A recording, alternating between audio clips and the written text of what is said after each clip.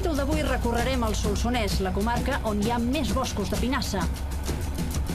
Visitarem les vivendes de les diferents espècies de pigot. Ells entren per aquí i els polls estan aquí baix. Assistirem a la transformació d'aquests troncs de pinassa en taulons per fer mobles de cuina i menjador.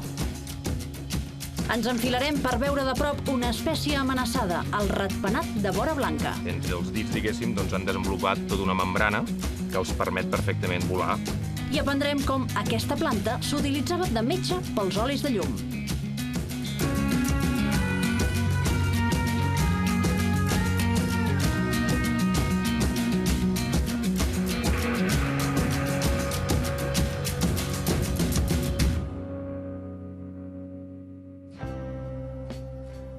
El nostre protagonista d'avui és una espècie de pi, la pinassa. Els boscos de pinassa representen només el 8% de la superfície forestal de tot el territori. Són boscos que exigeixen certa humitat i pluges abundants, per això es troben a la Catalunya interior. Avui recorrerem la comarca on hi ha més pinassa, la del Solsonès. Em fa moltíssima il·lusió veure un bosc de pinassa, diguem-ne, amb bona gestió, no? Un bosc regular, amb un sistema de clarides, amb un criteri, diguem-ne, sostenibilista, ecològic. Estem en un bosc de pinassa. Contràriament al que normalment diem, no són les acícules, les fulles del pi, també se li pot dir, sinó que és una espècie de pi, que és aquest.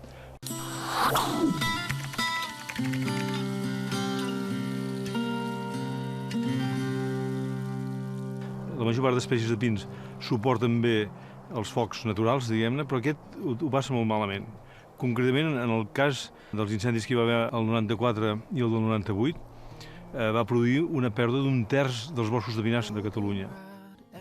És un arbre que tendeix a créixer molt i concentra la capçada en el terç superior.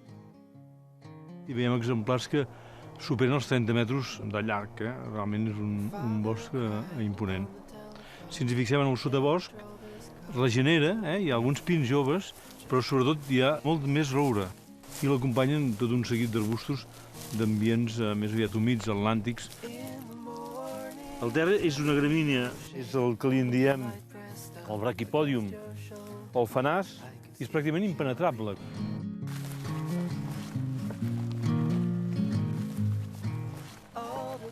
Quant de temps, quasi des de Rússia, una abraçada, què tal?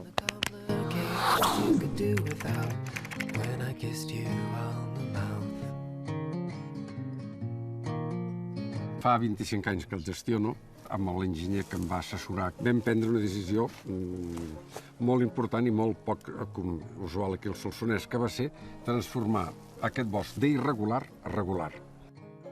Al Solsonès tots els boscos són irregulars, vol dir que es talla un arbre d'aquí, un arbre d'allà. En canvi, el regular, que és com es fa a tota Europa, és anar tallant durant tota la vida, traient-lo dolent, fent aclarides i estassades, i deixar aproximadament 200-250 peus dels millors arbres, els que en podríem dir arbres del futur, per hectàrea. Què es aconsegueix amb això? Abaratir molt els costos i, sobretot, obtenir una fusta d'alta qualitat. Aquí hem vist arbres de 30-35 metres. Aquests arbres només és tirar-los a terra i pràcticament tallar a la mida que volem.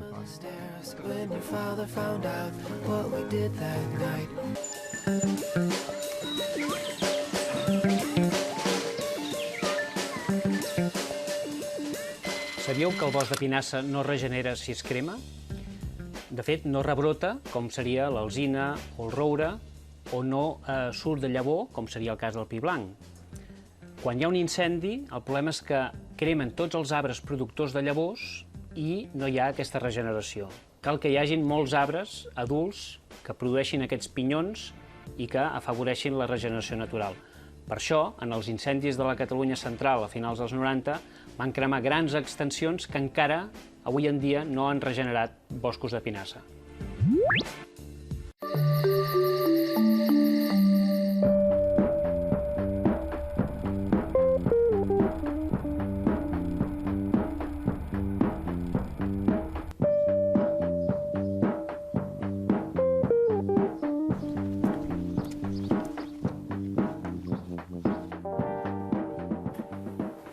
Escolta, quina impressió. Ei, Glòria, què tal? Ostres, quin tros d'instal·lació,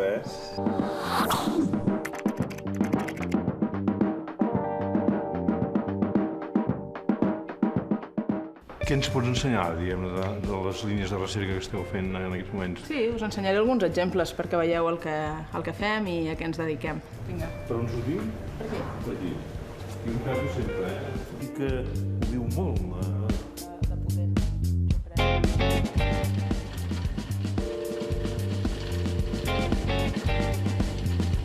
Hola, què tal? Com estàs? Bones, què tal?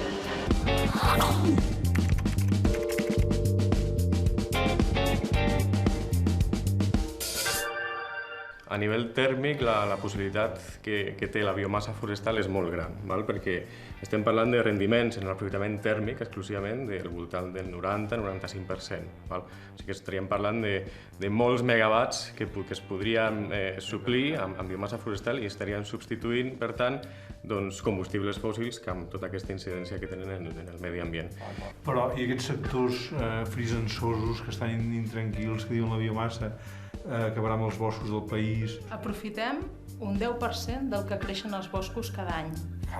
És a dir, que fins a arribar a la situació en què poguéssim patir perquè hi ha una sobreexplotació dels boscos, falten moltíssims anys i s'hauria d'animar molt tot el tema de la biomassa i del consum de fusta. En aquest moment és una benedicció que es faci servir la biomassa com a combustible, perquè elimina aquest combustible del bosc i els fa que els boscos siguin menys vulnerables en cas d'incendi forestal. I ara m'ensenyes, ara? Doncs ara et porto una àrea que t'agradarà molt perquè és un tema que sé que t'interessa, que és el tema dels bolets, que et farà 5 cèntims.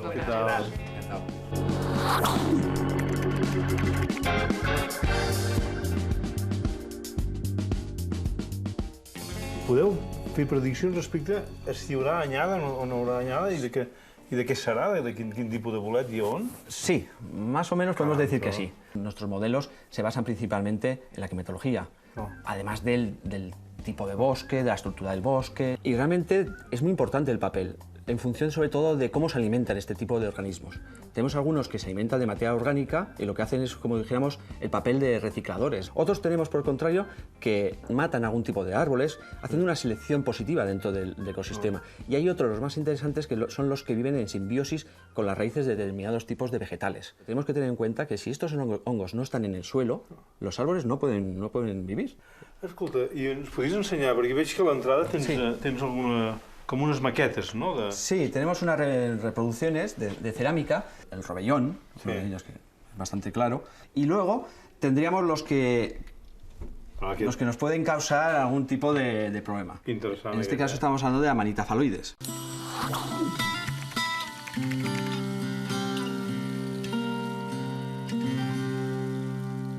És el bolet que ens podeix més problemes cada any, sempre, cada any hi ha morts, perquè té un aspecte bondadós, és un bolet que es maco, que no fa mal olor, és una altra amanita, ¿no? Sí, aquí, es otra amanita. Dentro del grupo de las amanitas tenemos las que son las peores y dentro que es la mejor. Aquesta és la més bona, que et diuen que és el bolet més bo, no? L'amanita dels Cèsars, no? Sí, del César, sí.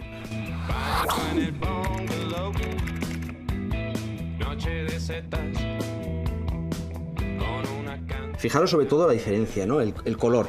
Principalmente el color de lo que es el sombrero, un color naranjado, que podría más o menos, según la lluvia, se podría esto de color más o menos amarillo y demás, que podría dar confusión. La clave fundamental es el tema del pie, que es bastante robusto, tenemos todo lo que es el anillo, las láminas de lo que es la parte de aquí que es bastante separado, el color tirando a verdoso. El lob de Reig tiene láminas de color amarillo, amarillo dorado, y esta no. I jo crec que seria una de les característiques per poder diferenciar entre aquestes dues. Ja estic molt content, Juan, ja estic molt i molt content perquè realment és un bolet socialment molt problemàtic. És el més problemàtic, sens dubte. Sí.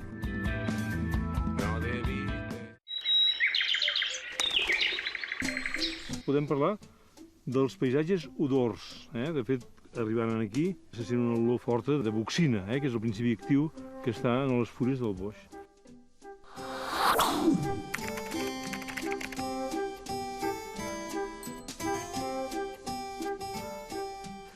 És una fusta, sobretot la fusta, molt interessant històricament, perquè té una fusta de fibra curta, blanca, molt densa, de la qual se'n fan diferents productes, entre ells els boixets de les puntes de coixí i sobretot les culleres, en aquest cas de boix, i les llosses i les forquilles, que les feien d'aixòs pastors i a vegades els flaviols.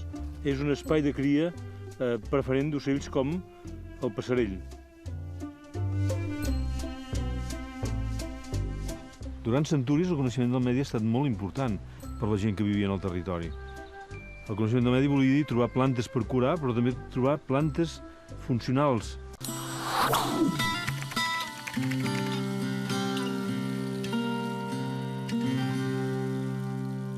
Diu blanera perquè ara faré un petit atemptat ecològic, però molt petit, tot sigui per la ciència. És una planta que és molt peluda, molt estomàtica, i això era el ble. Feien el ble per la llum d'oli. Posaven a dintre la llum d'oli, el candil en castellà, quedava untat d'oli, ho encenien i era el ble, la metxa, diguem-ne, no? Per tant, no tenien ferreteries, però sí que tenien recursos a la natura. Aquest és un exemple. La blanera, fins i tot el seu nom, blanera, ve de ble, de l'encenall per l'oli de llum.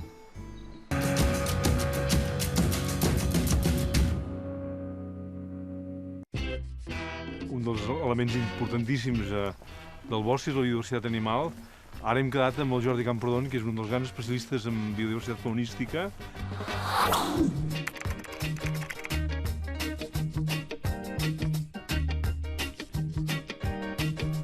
Aquí tenim diferents nius de picot que els han fet precisament amb fusta morta, que és un element que normalment es retira del bosc, però en canvi que és molt important, perquè el bosc sigui complex, sigui un bosc que es pugui defensar ell mateix, per exemple, de plagues forestals, de malalties, del risc d'incendi, i fins i tot s'ha comprovat en alguns estudis com aquesta complexitat fins i tot pot arribar a augmentar la productivitat del bosc. Caram, això cal que quedi clar, perquè realment sembla que si no hi ha intervenció contínua, està molt bé. Nosaltres, fins i tot amb la gestió forestal, podem arribar a afavorir aquests elements i fer boscos que siguin alhora més productius i alhora més interessants des del punt de vista de biodiversitat i de paisatge. Però tu has parlat, en aquest cas concret, de pigots. De pigots, sí. Aquest seria un ocell, diguem-ne, no? Sí. És més d'una espècie o...? Són diferents espècies. És l'únic ocell que és capaç de construir-se el seu propi niu en el que sigui el tronc d'un arbre. Aquí tenim 3 exemples.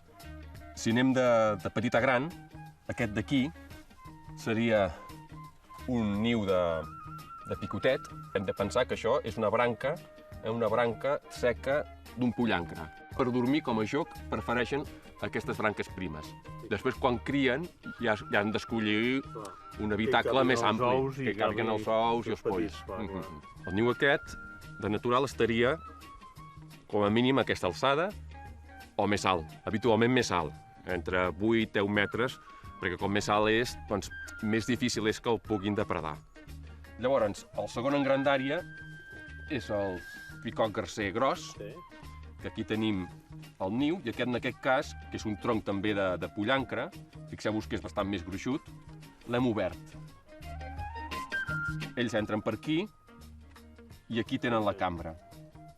Els polls estan aquí baix. Per tant, necessiten un cert diàmetre de tronc per poder fer el niu. Si al bosc no hi ha aquest element, no hi ha fusta morta dempeus, doncs aquest animal tindrà dificultat per poder trobar lloc on criar. El picot compleix una funció molt important perquè genera cavitats pels altres animals. Aquí podrà criar-hi una mallarenga, podrà criar-hi un pica-soques, s'hi podrà picar un ratpenat. I després, el més gran seria aquest.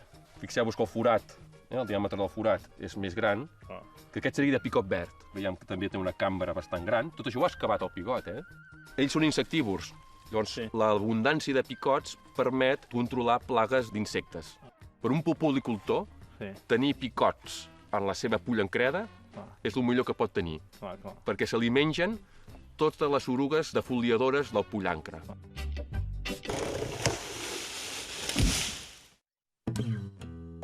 En aquest bosc hi ha un artiodàctil característic, que és el cabirol.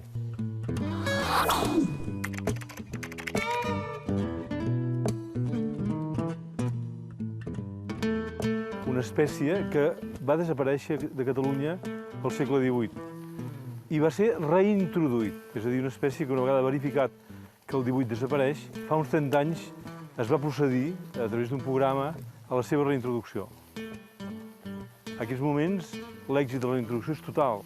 Tant és així que en aquest bosc mateix de Pinassa podem veure algun exemplar.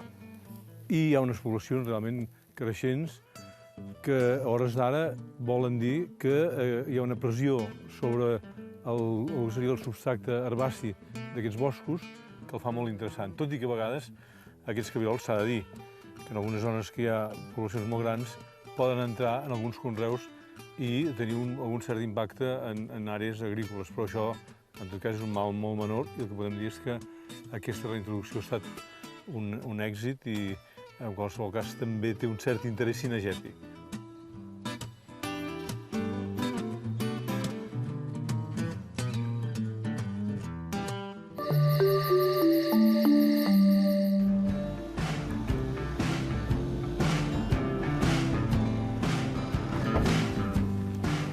Al mig d'aquests boscos de Pinassa de Castellar de la Ribera, concretament de la finca del Solà, ens crida molt l'atenció una plantació d'un arbre que de fet és cultivat, que en aquest cas és la noguera. Què tal, Jaime Coll? Com estàs? Bona tarda.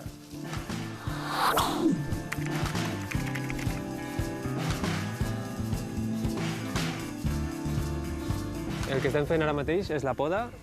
Llavors, la poda és la part més important de la gestió d'una plantació de frondoses per producció de fusta de qualitat.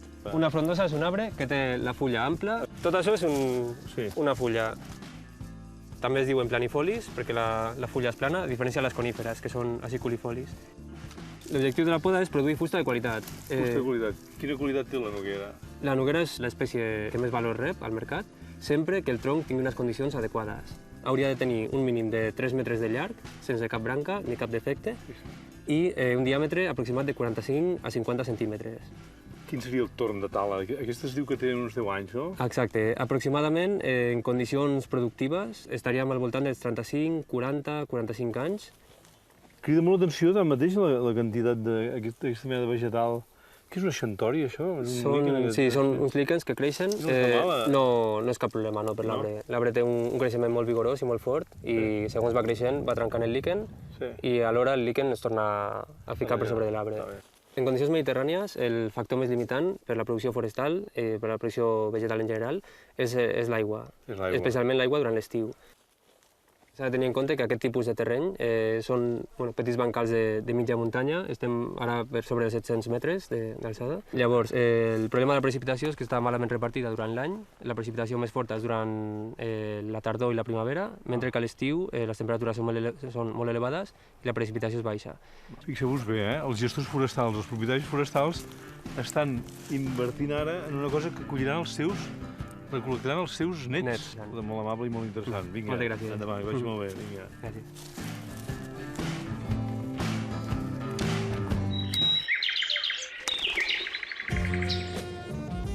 Les pinasses del Solsonès, un cop talades, tenen com a destí final aquesta fàbrica. Aquí arriben troncs de totes mides i formes i d'aquí sortiran convertits en taulons de conglomerat que acabaran a les nostres cuines, menjadors i oficines.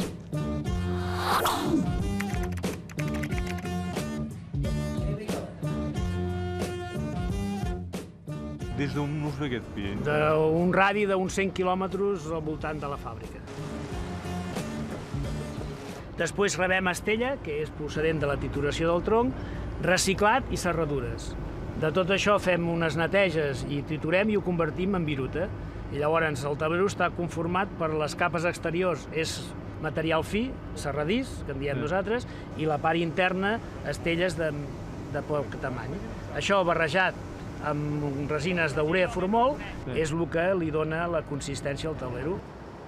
Després hi ha un segon procés, que és el recobriment d'aquest taulero, que es fa amb un paper especial impregnat, que pot ser blanc, negre, color imitació faig, pi, arrora, el que sigui, i inclús hi ha les planxes d'acabat que donen diferent brillo, poro, hi ha diferents textures per donar l'acabat. I d'això nosaltres no en fem, però és el que avui en dia es fan els mobles, sigui moble de cuina, moble juvenil, moble d'oficina, moble d'estar. Molt bé, doncs si et sembla, veurem el procés. Perfecte, magnífic. Cap problema.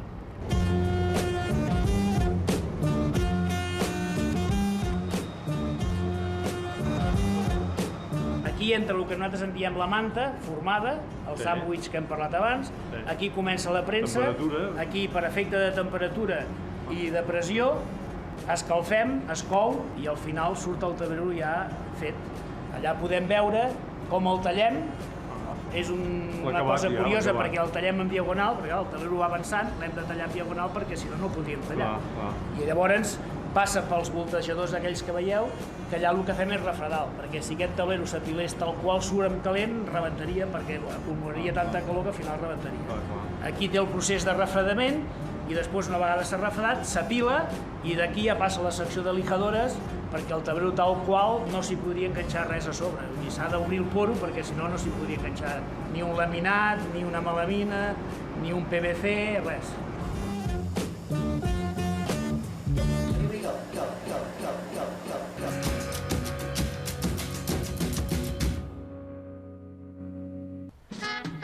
Mireu, quina hermosura. Aquí arrapada, a la roca, a la fissura de la roca, el crespinell vermell, una planta rupícola, fisorícola, que va ajudant a trencar la roca i que popularment se li diu arròs de bruixa o arròs de pardal.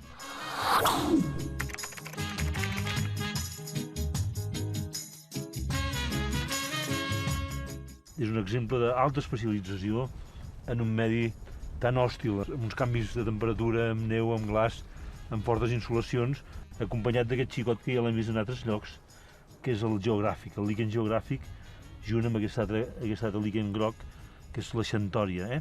Aquests van fissurant, tenen una acció fissurícola, van desfent la roca i la van convertint en sorra.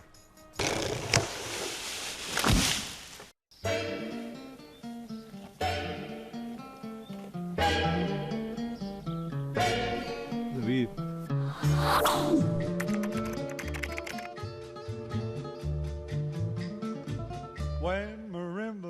Aquesta eina és curiosa, no? És com aquelles eines d'abans per anar a bastar figues, això. Sí, això és el que en diem un cabiscopi, que és una eina que hem construït especialment per poder fer la revisió, per intentar descobrir tots els ratpenats que ocupen un forat, una escletxa, un niu de picot, o fins i tot una caixa niu com aquesta que hem posat especial aquí de ratpenats. El ratpenat és un animal, un vertebrat interessantíssim, que té la dissort que culturalment té repudi social.